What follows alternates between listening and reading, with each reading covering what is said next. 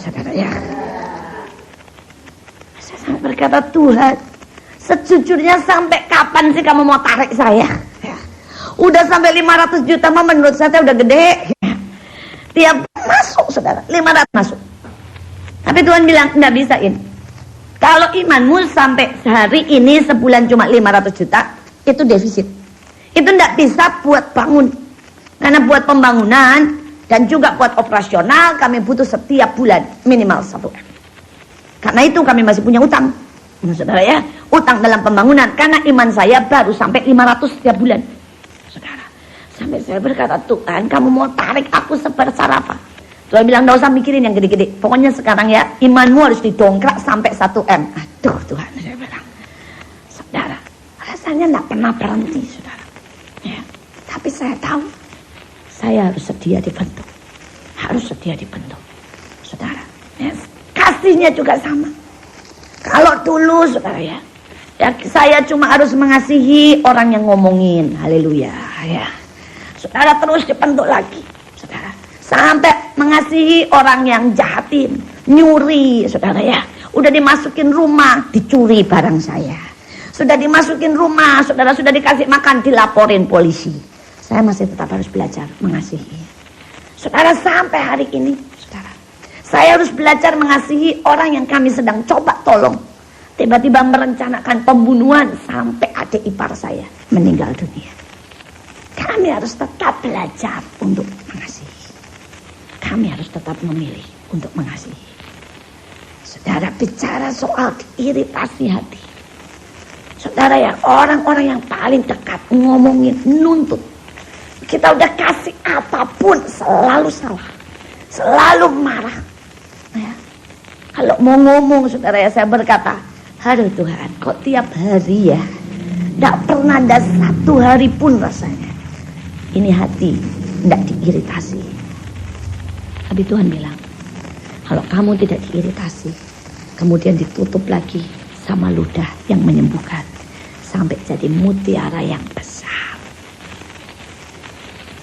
Saudara, yang namanya kerangnya, itu setiap kali dia merasa luka, iritasi, dia tahu dia harus ngeluarin ludah untuk nutup. Tapi begitu sudah ditutup sama ludah, sudah lembutnya ya, karena ditutup sama ludahnya dia, semuanya jadi lembut saudara ya. Dia nak ngeluarin ludah lagi. Karena itu, seberapa saudara ya, mutiara itu bisa gede, ini mutiara yang asli ya. Seberapa dia bisa gede, tergantung dari seberapa iritasinya. Saudara ngerti? Jadi kadang-kadang kalau mutiaranya itu bisa gede gitu saudara ya. Itu kenapa? Karena ternyata bukan terdiri dari 1 kerikil. Saudara, 1 kerikil ditutup. Tiba-tiba belum, saudara ya, kasih lagi 1 nempel di situ, dibulet, ditutup sama dia. Saudara dalam hidup ini, kalau kita mau menanti ya, rumah kita, mutiara. Ya. Kalau kita berkata loh, gerbang surga itu mutiara. Saudara, kuat deh, saudara. Saudara pikir mutiara itu mutiara biasa ini taruh dem gitu, enggak. Itu mutiara hasil tetesan air mata dari iritasi yang dihadapi hamba-hamba Tuhan. Itulah orang-orang ya yang terus berkata, ya Tuhan, tetap sekalipun disakiti, dia nutup dengan kasih. Sekalipun saudara dilukai, dia tetap menebarkan kesembuhan. Saudara, sekalipun dikecewakan berapa kali, dia tetap menyebarkan pengharapan. Sekalipun tidak ada dasar untuk berharap, dia tetap percaya kepada janji Tuhan. Nah, orang-orang itu menghasilkan mutiara, dan dia layak memegang kunci Daud, yang kalau sudah membuka tidak ada yang bisa menutup. Karena apa? Dia bikin pintunya. Daud mengalami iritasi berkali-kali seumur hidupnya. Kenapa mazmurnya begitu kuat? Karena iritasi yang terus. Karena itu Tuhan bilang, kamu yang bikin pintunya nak, dengan air mata, dengan mazmurmu, dengan imanmu, kamu yang pegang kuncinya. Barang siapa yang tahu arti merubah penderitaan menjadi gerbang mutiara, dia akan punya kunci Daud. Dia punya kunci Daud Dan kalau ditutup, tidak ada yang bisa membuka. Dan kalau membuka, tidak ada yang bisa menutup. Saya berdoa supaya saudara ngerti, ini waktunya Allah sedang bawa. Karena itu lihat, kalau saudara itu jadi orang yang membentuk, yang telah dibentuk Tuhan, bukan yang membentuk tapi telah dibentuk Tuhan, maka Tuhan berkata, maka aku memberi engkau menjadi perjanjian bagi manusia dan menjadi terang bagi bangsa-bangsa. Betul kan? Saudara, perjanjian. Jadi kalau saudara punya janji, saudara yang pegang, yang menentukan saudara. Kalau terang, saudara yang diikuti dengan banyak orang. Betul kan? Saudara, karena itu kuncinya dibentuk dan membiarkan hidup kita dipegang oleh Tuhan. Hidup kita dipegang oleh Tuhan. Nah, kita lanjutkan. Saudara, ciri yang ketiga, ya, kalau saudara mau ikuti ritme Tuhan hari ini, yang pertama tadi saudara sudah tahu, saudara, hari ini Tuhan cari orang-orang anak bungsu, orang-orang yang hatinya hancur, pemungut cukai, saudara ya, orang yang hatinya hancur. Yang kedua, Tuhan cari orang yang berkata, pegang aku dan biarkan aku dibentuk oleh engkau, habisi aku, selesaikan pembentukanmu. Ritme yang ketiga, saudara, ayat 13. Tuhan keluar berperang seperti pahlawan. Seperti orang perang, ia membangkitkan semangatnya untuk bertempur. Ia bertempik sorak dan ia memekik terhadap musuh-musuhnya. Ia membuktikan kepahlawanannya. Saudara, yang ketiga, Tuhan ini lagi mood banget perang. Saudara ya. Saudara suka enggak suka, saudara bilang aku mau baik-baik aja. Ya udah, saudara enggak ikut. Tuhan mau bilang kalau kamu mau ikut ritmeku yang ketiga apa saudara? Perang. Saudara, dia lagi mood banget buat perang. Saudara, hari-hari ini setiap kali ada banyak orang ya, lihat Tuhan itu pakai baju perang, gede banget saudara, lengkap banget dengan ketopongnya, dengan semuanya, dia benar-benar pasukan, ya, memimpin pasukan yang luar biasa. Saudara, saya baru ketemu hamba Tuhan di mana-mana, saya bilang, ya, gimana hatimu hari-hari ini apa? Wih, Tuhan lagi mau perang ya? Iya. Tuhan mau bawa semua anaknya perang. Dan Tuhan bilang, sorry ya yang takut, tinggal pergi. Ya. Peraturan Alkitab berkata begitu. Yang takut, yang tidak siap, ya, yang masih mikirin anak, mikirin suami, mikirin rumah, sorry lah, gua mah gak butuh pasukannya begitu, tinggal. Bahkan Alkitab berkata yang takut kehilangan nyawanya, dia akan kehilangan nyawanya. Betul? Kalau saudara masih berpikir saya takut mati, saya takut menderita, ya, namanya tentara kalau takut menderita ya enggak usah jadi tentara, betul enggak? Saudara, namanya tentara itu sudah pasti, saudara ya. Kalau saudara katanya ya, kalau saudara masuk ke fitness ada tulisan selalu no pain no gain, ya.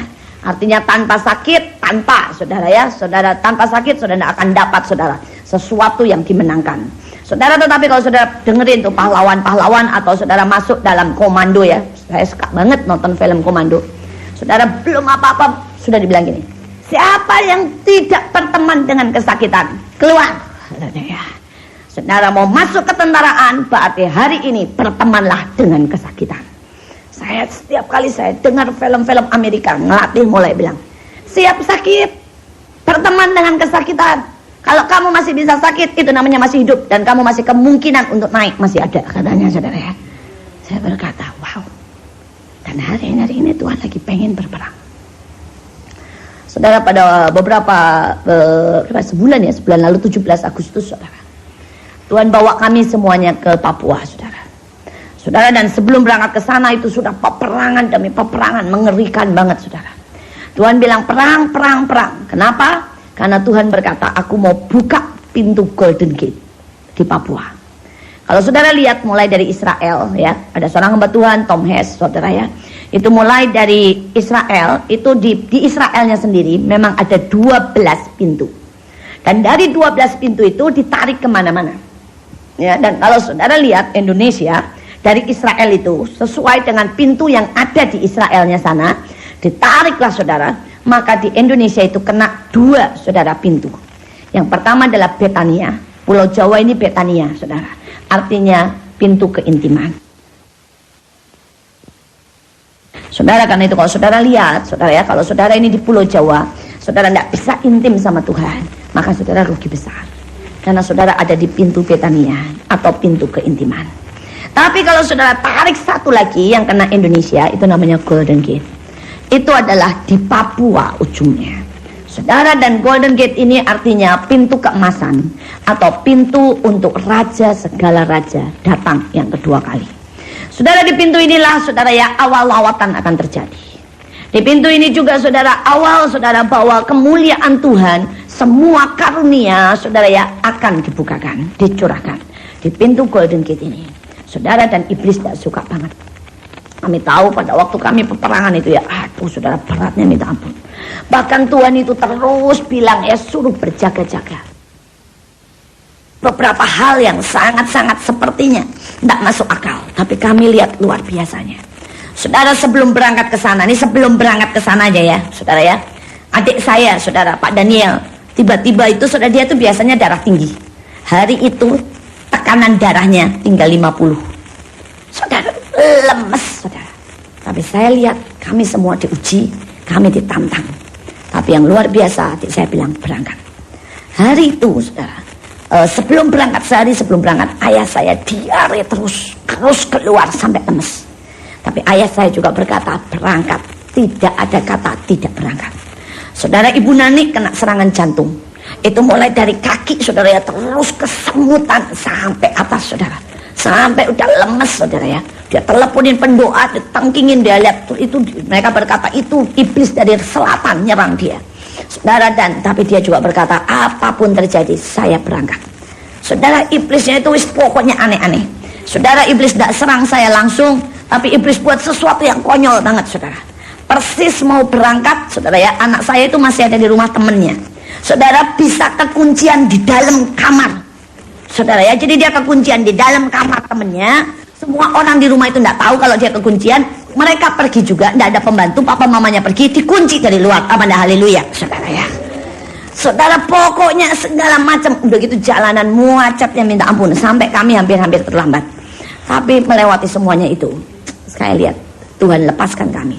Saya bersyukur ada begitu banyak pendoa di Papua maupun di mana-mana di kota-kota ya, membuat kami bisa berangkat. Saudara, kami berangkat saudara ya, dengan cara yang ajaib. Walaupun begitu banyak tantangan, itu schedule pesawat bisa dirubah 4 kali saudara. Tapi kami lihat Allah tetap sebagai pemenang. Saudara, hari pertama Tuhan bilang begini ya, hati-hati dengan semua makanan. Semua makanan tidak boleh beli makanan di luar, harus cuma yang di hotel. Itu pun hanya kalau sudah didoakan, dikuduskan dalam nama Yesus. Saya bersyukur tim kami semua 80 orang taat. Iblis itu mau serang kami tidak bisa. Hari kedua saudara, Tuhan bilang tahan yang namanya gempa. Saudara, kadang-kadang kami berkata, Tuhan, apa orang ini tidak kayak kita, ini tidak kayak orang gila. Kita teriak-teriak bilang dalam nama Tuhan Yesus, gempa stop, minggir, kiri kanan, anak-anak semuanya. Kami suruh kelilingin gedung, berkata stop, kami tolak semuanya gempa. Saudara, hari itu kami tidak gempa. Iblis tidak pernah diam. Saudara, hari ketiga, saudara, Tuhan bilang tahan yang namanya puting beliung. Saudara, kami benar-benar, kami pasar roh, kami tahan, kami tolak puting beliung. Nah, saudara, kalau saudara tidak belajar ngikutin Tuhan hari-hari, tidak ikutin perang, ritmenya Tuhan, strateginya Tuhan, saudara habis. Kami berkata dalam namanya puting beliung, ya terus kami tahan, kami dorong. Saudara lihat, ini peperangan real, saudara. Dan kami itu yang di sana ya, wah kalau mau dengar ceritanya ajaib banget. Saudara, kami ke sana, Tuhan itu ngomong detail. Ada seorang pendoa, dia cuma berdoa bilang, Tuhan, roh apa? Namanya ini roh apa yang perlu diperangi? Saya tahu karena saya sudah ketemu roh itu. Roh itu kayak awan jin, tapi kuat, dia hitam. Ayah saya juga pernah ketemu. Saudara, tapi kami tidak pernah tahu namanya. Seorang pendoa berdoa, tiba-tiba dia lihat saudara di TV. Itu peta Papua. Terus kemudian di situ saudara ya, ada tulisan, iblis menikah dengan kawin dengan manusia. Ada tulisan Da Silva. Saudara, dia tidak tahu ini apa. Dia tanya sama pendoa di Papua, Da Silva itu apa? Da Silva itu apa? Katanya. Terus dia bilang itu ada satu suku. Suku ini beda sama suku yang lain. Suku ini tinggi saudara ya. Suku ini tinggi. Dan tingginya saudara ya, di atas rata-rata orang Indonesia lah, 180 sebagainya gitu saudara. Suku ini juga jago-jago perang, hitam-hitam saudara ya. Terus suku ini juga tahan dingin, di tengah dingin segala macam dia oke banget saudara. Dan suku ini selalu setiap kali beberapa anak gadisnya naik ke atas, kemudian pulang hamil.